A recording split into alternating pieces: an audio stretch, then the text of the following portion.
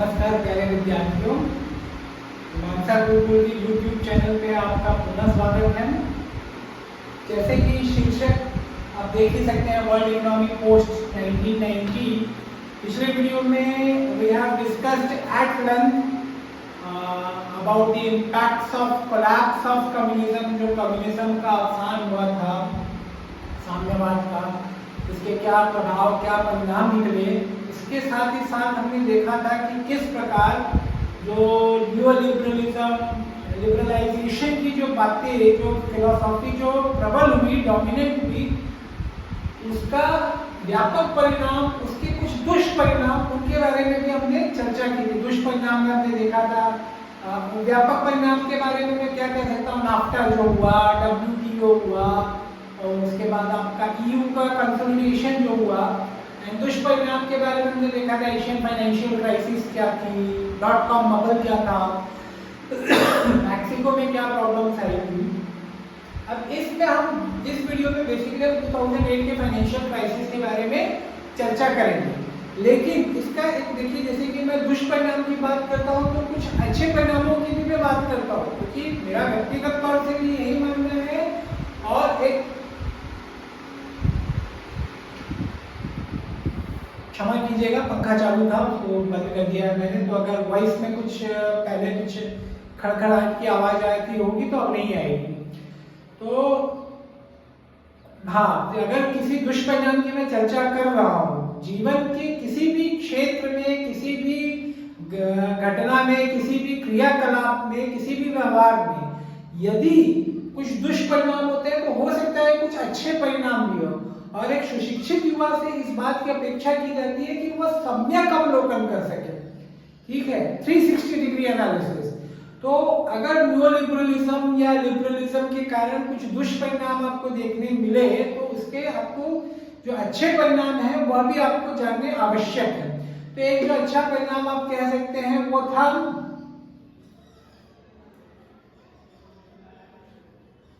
Growth of China.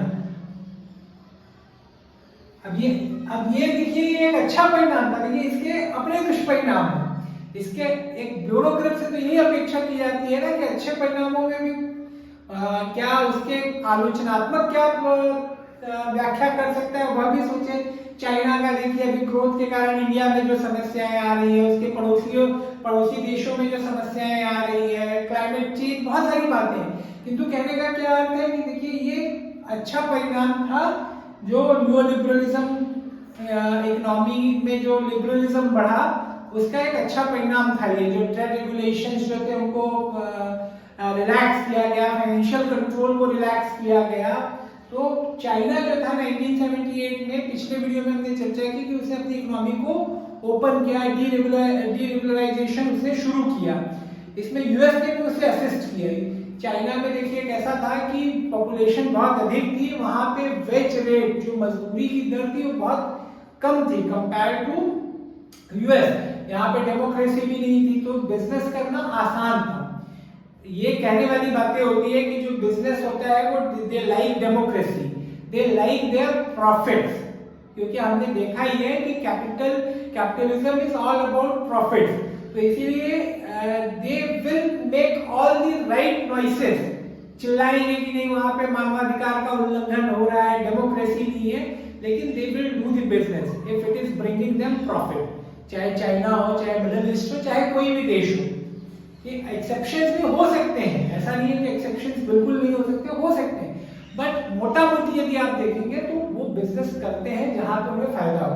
अब China में क्या हुआ, वहां की सरकार क्या है, डिक्टेटरशिप है, कम्युनिस्ट पार्टी की डिक्टेटरशिप है। तो यदि उसने बोल दिया लैंड एक्विजिशन करना है तो लैंड एक्विजिशन होगा। करप्शन यदि हुआ तो आप लोगों ने देखा होगा, जब जी जिनपिंग वहां के राष्ट्रपति बने थे तो वहां पे बहुत बड़े बड़े पार्टी नेताओं को फांसी दी गई थी, जब ऐसा पाया गया कि वो लोग करप्ट एक्टिविटीज में इन्वॉल्व थे। तो जब बड़े बड़े लोगों को फांसी दी जाती है तो नीचे का जो कैडर होता है उसमें एक डर आता है, ठीक है। और बहुत सारी ऐसी चीजें हैं जो मैंने it makes China very business friendly.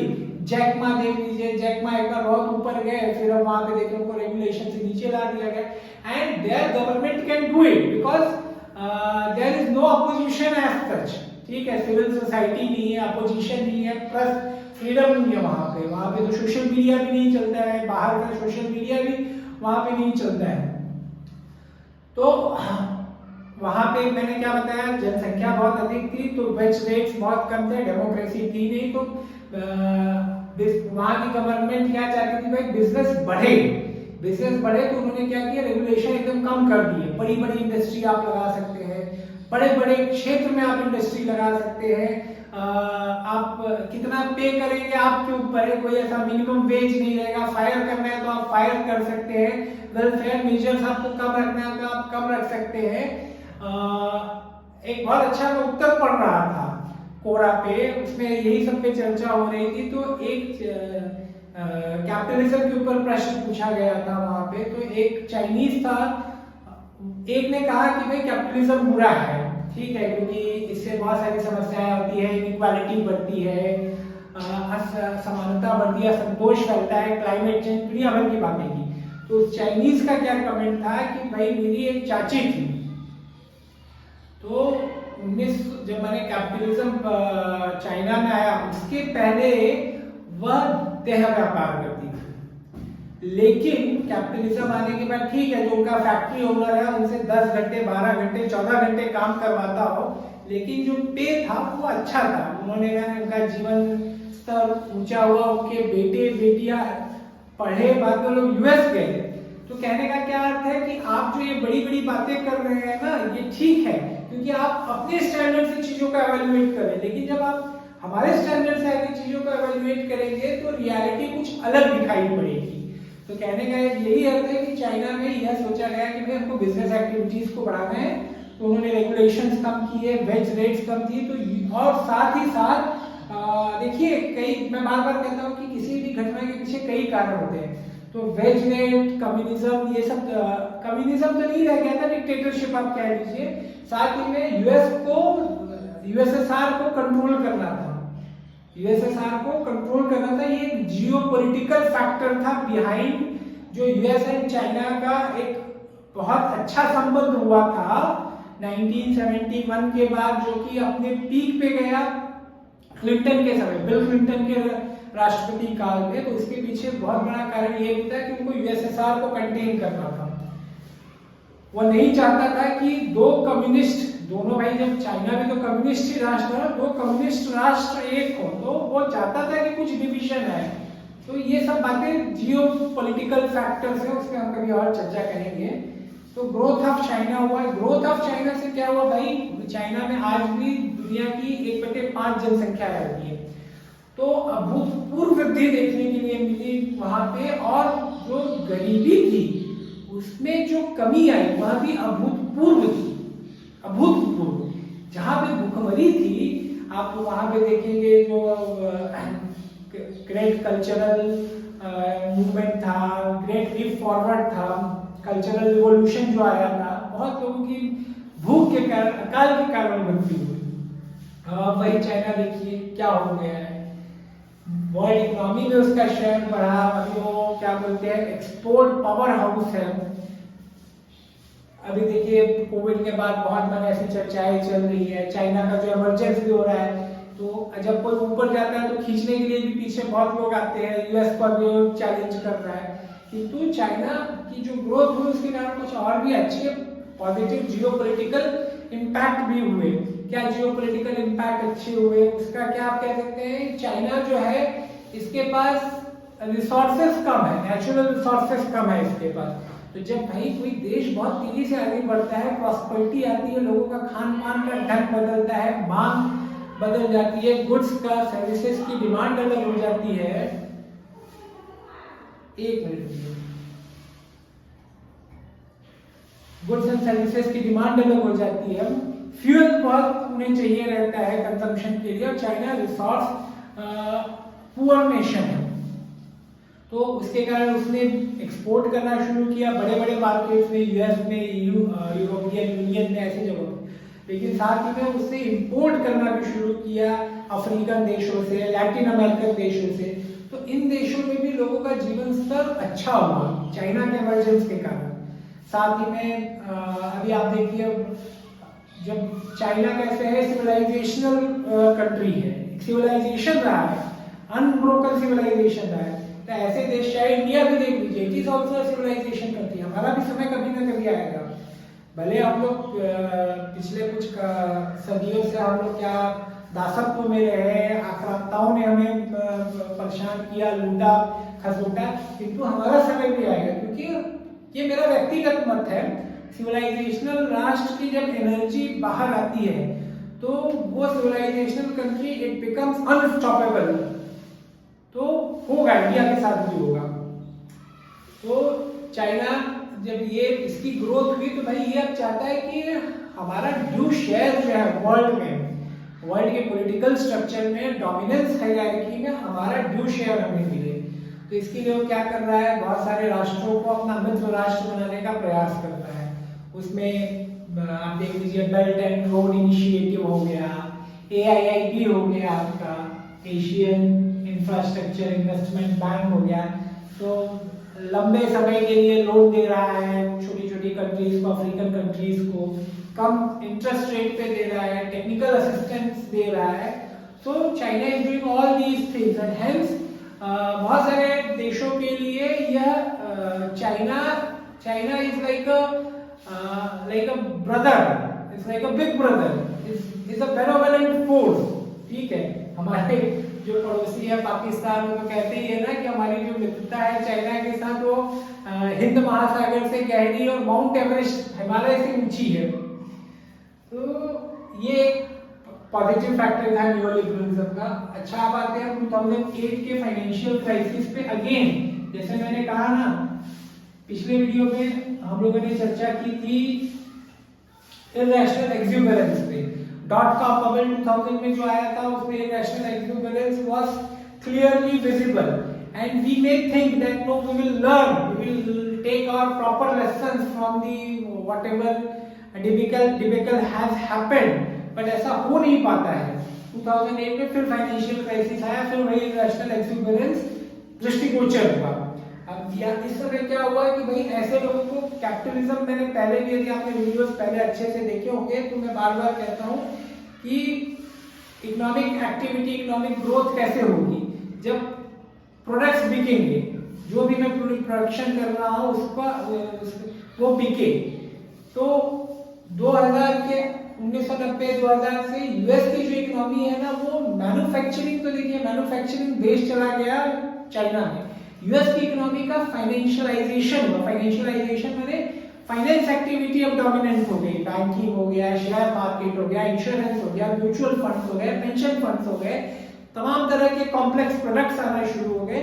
Financial products, वहां पे प्रोडक्ट देखिए, एक तो गुड्स हो सकता है आपका प्रोडक्ट, ये एक प्रोडक्ट है, लेकिन बैंकिंग के भी प्रोडक्ट हो सकते हैं। आप चले जाइए कहीं भी देखिए क्रेडिट कार्ड वाले खड़े रहते हैं, आप हमारा क्रेडिट कार्ड ले लीजिए। आपके पास कई बार कॉल्स आते होंगे कि आपके पास टर्म इंश्योरेंस है कि नहीं, आपके पास हेल्थ इंश्योरेंस है कि नहीं। These are the financial products. तो फाइनेंशियलाइजेशन शुरू हुआ एंड वो जब फाइनेंशियल प्रोडक्ट्स आएंगे तो उनको भी बेचना है भाई। तो वहां पे क्या हुआ कि ऐसे लोगों को लोन दिया जाने लगा जिनकी क्रेडिट वर्दीनेस अच्छी नहीं है, जिनके बारे में यह सोचा जा रहा था कि ये पता नहीं पे कर पाएंगे कि नहीं। अभी भी देखिए जैसे बैंक वाले रहते हैं, तो बैंक वाले किसको सबसे पहले लोन देना चाहते हैं? सरकारी जो सेवक है, क्योंकि वहां से पैसे निकालना बहुत आसान है। सरकारी सेवक से, सरकारी नौकर से अगर वो पैसे नहीं देना, पहली बात तो आपकी जो आपका अकाउंट रहेगा वहीं से कट कर लेंगे, डिडक्ट कर लेंगे, और समझ आपको लोन ही इतना देंगे और ऑटो डेबिट की फैसिलिटी देगी, तो भागने का तो चांस बहुत ही कम रहता है। और समझ लीजिए आपने कर भी लिया, कुछ कर ही लिया, तो आपके डिपार्टमेंट में लेटर लिख देंगे, तुरंत आपके ऊपर एक्शन हो जाएगा। तो they are very safe bet, ठीक है। जो गवर्नमेंट एम्प्लॉइज है इसको वो लोन नहीं देना चाहते। कुछ नोटोरियस एरिया होती है, जैसे क्राइम इन्फेस्टेड एरिया है, वहां को लोन नहीं देना चाहते। मैंने ये भी सुना है, देखिए अगर कोई वकील बंधु है तो इन चीजों का बुरा मत मानिएगा, लेकिन थे मेरे कुछ बैंक में मित्र थे, वो कहते थे कि भाई पुलिस को हम लोन नहीं देना चाहते, वकील को लोन नहीं देना चाहते, अवॉइड करना चाहते। बुरा मत मानिएगा, ये गलत भी बात हो सकती है, जो मैंने सुनी है वो मैं बता रहा हूँ। तो वहां पे क्या किया गया, लेकिन ऐसे लोगों को भी लोन दिया गया जिनके पास, जिनकी मैंने क्रेडिट वर्दीनेस लोन चुकाने की क्षमता जो थी वह जिसके ऊपर प्रश्नवाचक चिन्ह था। माना ये गया वहां पे हाउसिंग बबल था उस समय, हाउस के रेट्स बहुत बढ़ रहे थे, घरों के रेट्स बहुत बढ़ रहे थे। तो ये माना जा रहा था भाई कि कुछ नहीं हुआ तो कोलैटरल, देखिए बैंक जब भी अगर लोन देती है तो कोलैटरल देती है। जैसे अगर आप होम लोन लेने जाएंगे तो आपके घर के पेपर जो रहेंगे आपके पास नहीं रहेंगे, बैंक के पास रहेंगे। In case if you default, if you are not able to repay your loan, then what will they do, वो आपके घर को बेच देंगे। जो पैसा मिलेगा उससे अपना जो भी उनका शेयर बनता रहेगा वो ले लेंगे, उसके बाद भी कुछ बचा तो आपको दे देंगे। ठीक है, तो वहां पे हाउस को वो लोग, होम को वो लोग कोलैटरल पे लेते थे। हर जगह यही होता है। और ये सोचा गया भाई कि अगर इसने नहीं पे किया तो उसका घर बेच देंगे। और वहां पे एक समय घरों का प्राइस बढ़ रहा था, तो समझ लीजिए आज मेरे घर का प्राइस 5 लाख है, ठीक है, और बैंक ने मान लीजिए मुझे 5,000 का लोन दिया, लेकिन प्राइस बढ़ रहा है। 3 साल बाद हो सकता है मेरे घर का प्राइस 15 लाख हो जाए। तो मैं बैंक के पास फिर जाऊंगा और कहूंगा कि भाई 15,000 की मेरी अब एलिजिबिलिटी बन रही है इस कोलैटरल के अनुसार, ये तो आपके पास है, मेरा घर तो आपके पास है, तो अब जो है 5,000 जो था वो 15,000 की एलिजिबिलिटी बन रही है, तो मुझे 10,000 और लोन दे दीजिए। बैंक ने दे दिया कि भाई हाँ इसका हाउस का प्राइस तो बढ़ गया। लेकिन वहां पे फिर लोगों को लगा कि भाई ऐसे लोग, हाउसिंग प्राइसेस जो रहती है वो हमेशा बढ़ नहीं सकती हैं। तो वहां पे क्या हुआ, जो ये बबल था ये बर्स्ट हो गया। लोगों को देखिए कई बार क्या होता है ना, रियल वैल्यू होती है और कई बार होती है एक एंटीसिपेटेड वैल्यू। एंटीसिपेटेड वैल्यू मैंने, जैसे मैंने पहले भी वीडियोस में चर्चा की थी, .com बबल के बारे में मैंने बताया था, और उसी दौरान मैंने बताया था कि एसेट्स का क्या अर्थ हो सकता है। शेयर भी हो सकता है, रियल एस्टेट भी हो सकता है। घर क्या है, रियल एस्टेट है। अब शेयर मार्केट में क्या हुआ भाई, ऐसा लग रहा है इस कंपनी में मैं पैसा लगा रहा हूँ, ये कंपनी बहुत, आप लोगों ने सुना भी होगा, अरे वो कंपनी का बहुत अच्छा रिजल्ट आया है, उसमें पैसा लगा दो, वो शेयर भागने वाला है। एंड मुझे तो बहुत आश्चर्य होता है भाई कि बहुत सारे लोग इतने कॉन्फिडेंस से बोलते हैं, एंड जहां तक मुझे पता रहता है उनका शेयर मार्केट का स्टडी लगभग 0 के बराबर रहता है। पैसा लोग बनाते हैं नो डाउट, बट वो दिन रात वही काम करते हैं। They are always into market, YouTube videos देख रहे हैं, उनका नेटवर्क है, ऐसे फ्रेंड्स हैं, बुक्स पढ़ रहे हैं, चार्ट्स देख रहे हैं, फाइनेंशियल स्टेटमेंट्स रीड कर रहे हैं। But I know many people who have almost zero knowledge, zero exposure, but बस सुना एंड फिर एक होता है ना मुझे पता है, आई नो, तो भाई इसमें पैसा लगा दिए, ये तो भागने ही वाला है। तो ऐसे ही होता है, पता नहीं है आपको कि वो भागने वाला है कि नहीं, लेकिन 4 लोगों से आपने सुना, आपने पैसा लगा दिया। तो वैसे ही यहाँ पे भी हुआ, रियल एस्टेट का जो वैल्यू नहीं होना चाहिए था।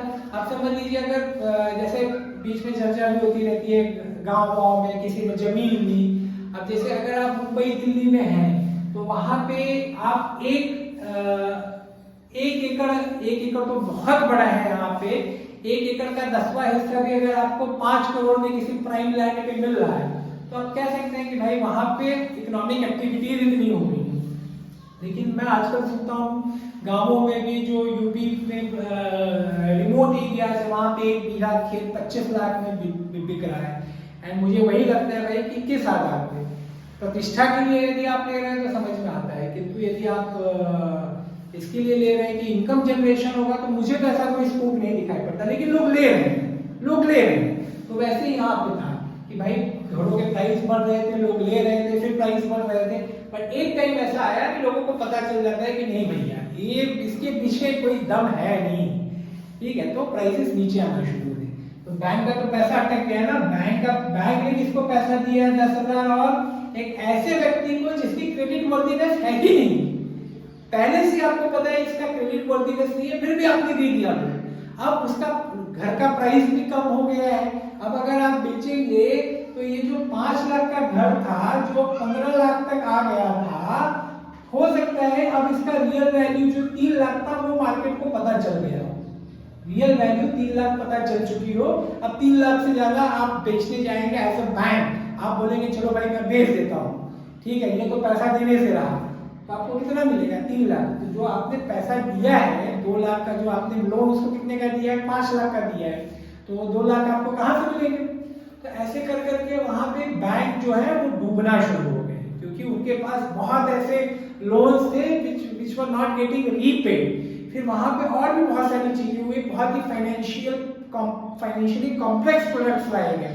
मैंने ये सब इन सब प्रोडक्ट्स को जो लोन दिया गया था ना, इसको थोड़ा समझाना ऐसे मुश्किल है, जो लोन दिया गया था उनको बना के एक लोन बना, ये एक फाइनेंशियल प्रोडक्ट बना दिया गया कि भाई ये सारे लोन्स हैं, इसको बना के हमने ये, आप समझ लीजिए ये 10,000 कितना हुआ, 10,000 ऐसे 3 लोन को कंबाइन करके एक प्रोडक्ट बना दिया गया। ये हो गया आपका, समझ लीजिए 30,000 का।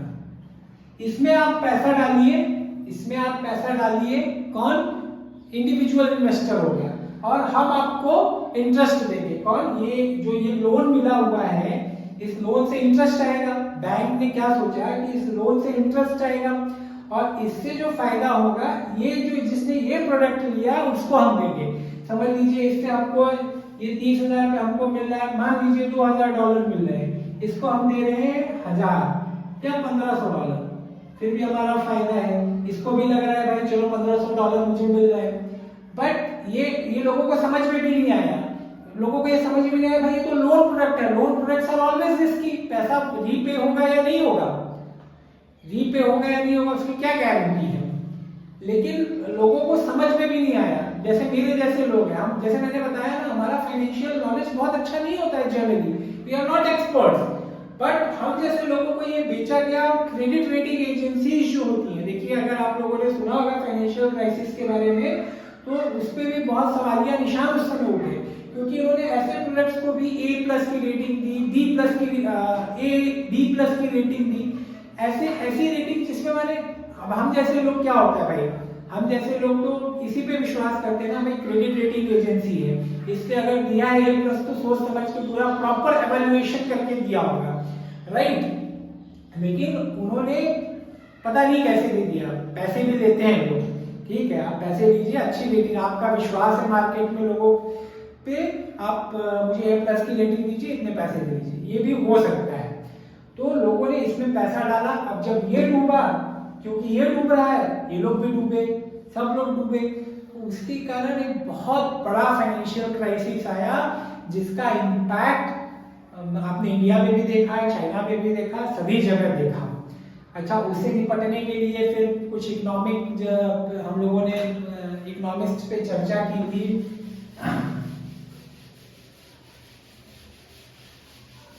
कीन्स के बारे में हम लोगों ने चर्चा की थी अपने पिछले वीडियो में। कीन्स का यही कहना था भाई कि जब किसी कारण से अगर इकोनॉमिक बस्ट आया है, आउटपुट कम हुआ है, ठीक है, तो उस समय गवर्नमेंट को अपना खर्च बढ़ाना चाहिए, government should increase its expenditure, ठीक है। उस समय क्या होता है, इकोनॉमिक जब बस्ट आता है तो गवर्नमेंट की टैक्स रेवेन्यू कम हो जाती है। जब भाई आउटपुट ही नहीं बढ़ रहा है, लोगों की इनकम ही नहीं बढ़ रही है, तो टैक्स कहां से बढ़ेगा। तो उस समय गवर्नमेंट को टैक्स कम हो गया, इसके लिए अपने खर्चे नहीं कम करने चाहिए, उस समय गवर्नमेंट को अपने खर्चे बढ़ाने चाहिए। कैसे खर्चे बढ़ा सकती है, लोन, मार्केट से लोन उठाए वो, या अगर मार्केट से लोन नहीं उठा सकती है तो क्वांटिटेटिव ईजिंग करे। क्वांटिटेटिव ईजिंग का क्या अर्थ होता है कि भाई ज्यादा नोट छापे जाए, इकोनॉमी में पंप किया जाए मनी को।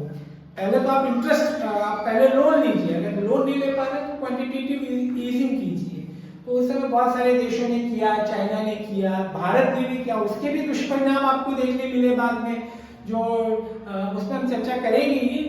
ट्विन बैलेंस शीट प्रॉब्लम आया, बैंकों ने बहुत सस्ते लोन बांटना शुरू कर दिए, फिर इंडस्ट्रियलिस्ट ने, रियल एस्टेट सेक्टर ने बहुत जगहों पे अपने प्रोजेक्ट्स लगाना शुरू किए, इनकी एंटीसिपेशन की मांग आएगी, डिमांड आएगी, लेकिन डिमांड वैसी आई नहीं। उसके ऊपर हम चर्चा करेंगे। उसके कारण देखिए एनपीए की प्रॉब्लम आई। भाई जब मैं एज ए इंडस्ट्रियलिस्ट, बैंक ने मुझे सस्ते रेट पे लोन दे रही है, मैंने लोन ले लिया, अपनी इंडस्ट्री डाल दी, अब इंडस्ट्री से जो प्रोडक्ट बन रहा है उसकी मांग ही नहीं है, डिमांड ही नहीं है मार्केट में, तो मैं कैसे बैंक का कर्जा चुकाऊंगा, एनपीए तो होगा ही। तो ये सब भाई हर जगह कुछ ना कुछ अच्छा होता है, कुछ ना कुछ समस्या आती है। तो आपको एक नेट जो जहाँ पे अच्छा हो, नेट बेनिफिट जहाँ पे हो, वैसे आपको विचार करना चाहिए, वैसे आपको पॉलिसी बनानी चाहिए, वैसे आपको कार्यान्वयन करना चाहिए। तो ये सब समस्याएं आई थी। कीन्स ने जो कहा था भाई जब आउटपुट कम हो रहा है तो गवर्नमेंट एक्सपेंडिचर बढ़ाइए। गवर्नमेंट ने एक्सपेंडिचर बढ़ाया, उस समय वहां पे ओबामा राष्ट्रपति थे 2008 में, यूएस में 2008 से 2016 तक। लेकिन फिर जैसे कि होता है ना, समाज में हमेशा कंटेस्ट चलते रहता है। ये कहेगा नहीं ये सही है, एक पक्ष कहेगा नहीं ये सही है, दूसरा पक्ष कहेगा नहीं ये सही है, विशेषकर डेमोक्रेटिक सोसाइटी से। तो वहाँ पे जो कंजर्वेटिव एलिमेंट्स होते हैं वो कहते हैं नहीं भाई आप खर्चा मत बढ़ाइए। खर्चा यदि आप बढ़ा रहे हैं, आप लोन ले रहे हैं, फिजिकल डेफिशिट, उस पर भी हम चर्चा करेंगे, थोड़ा टेक्निकल सा टर्म है, लेकिन फिजिकल डेफिशिट का अर्थ यही है कि जब गवर्नमेंट का खर्च उसके उसके आय से, governmental expenditure is more than governmental revenue, then there is a physical deficit. And physical deficit को कंट्रोल करना आवश्यक है, ऐसा सभी मानते हैं, लेकिन उसका एक्सटेंड क्या होगा। जो जैसे कीन्सियन है वो कहते हैं कि भाई जब आउटपुट नहीं आ रहा है, इकोनॉमी नीचे जा रही है, तो हमको फिजिकल डेफिशिट बढ़ रहा है तो बढ़ने दीजिए। अभी देखिए कोविड काल में ही फिजिकल डेफिशिट बढ़ गया है, काफी बढ़ गया है। एक एक्ट है FRBM, physical responsibility and budget management 2003 का ये एक्ट है। वो कहता है कि फिजिकल डेफिशिट 3% से अधिक नहीं होना चाहिए, ठीक है।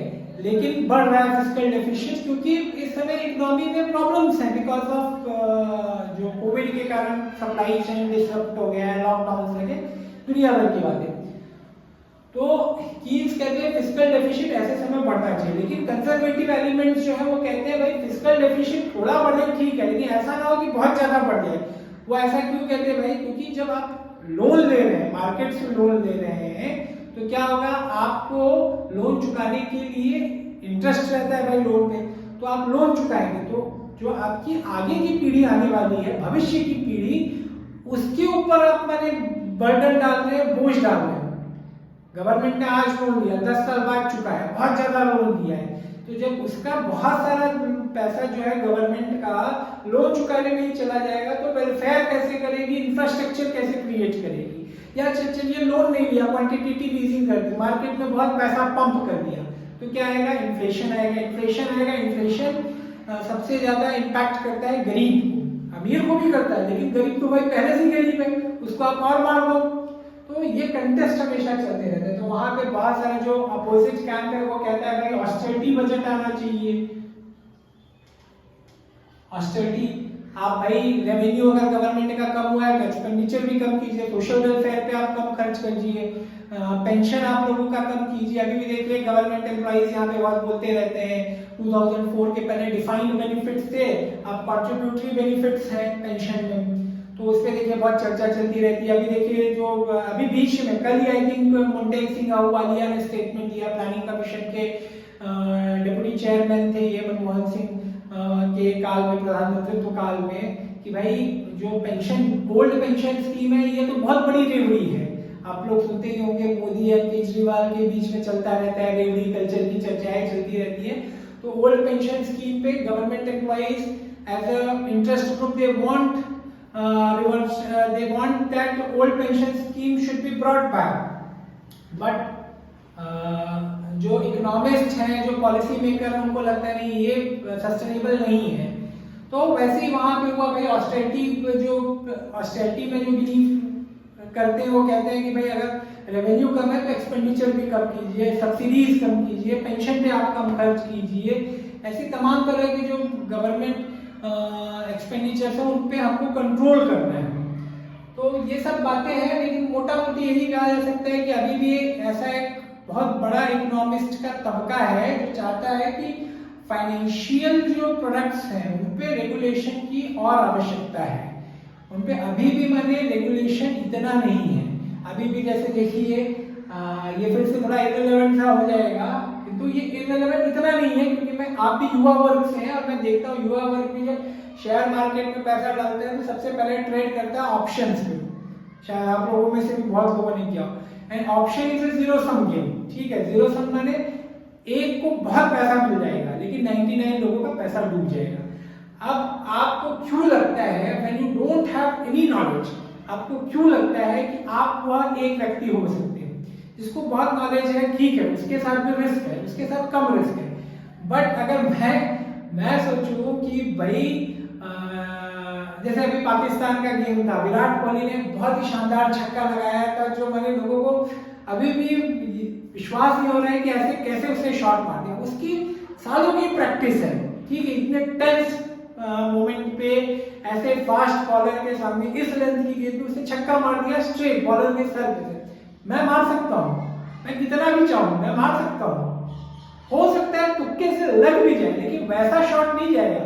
मैं मारूंगा, बैट चलाऊंगा, पीछे जाएगा, एज लगेगा, पीछे चला जाएगा। भाई फास्ट बॉलर है, उसकी बॉल की स्पीड है, तो हो सकता है छक्का मुझे भी मिल जाए, किंतु दोनों में डिफरेंस है। तो यहाँ पे भी देखिए ऑप्शंस क्या है, it is a financial product and people like us are investing in the anticipation that we will make a windfall gain. मैंने 10,000 रुपए लगाए, मुझे 5 लाख मिल जाएंगे, 10 लाख मिल जाएंगे, ऐसा नहीं होता है, ठीक है। The bottom line is that there is a big section of economists who believe that there should be further regulation on the financial products, given the havoc which it has created in 2008. But वही हो जाता है ना कि जो चीज मैंने अच्छी हो वो इम्प्लीमेंट भी हो, ऐसा आवश्यक नहीं है, क्योंकि जो कैपिटलिस्ट क्लास है, जो फाइनेंशियल क्लास है, उसके पास बहुत ज्यादा मसल पावर है, तो वो ऐसा नहीं होने देगा, ठीक है। अभी जैसे समझ लीजिए स्मोकिंग अच्छी बात है, नहीं अच्छी बात है, शराब पीना अच्छी बात है, नहीं अच्छी बात है, गवर्नमेंट को क्या करना चाहिए, इन सब पे बैन लगाना चाहिए। अब वो बैन कल्चर पे हम नहीं जाते, ठीक है, मेरा कहने का वो अर्थ नहीं है बैन कल्चर अच्छा है बुरा है, लेकिन गवर्नमेंट क्यों नहीं लगाती है। सिगरेट से क्या फायदा है, सिगरेट से भाई गवर्नमेंट को पैसा मिल रहा है, ठीक है।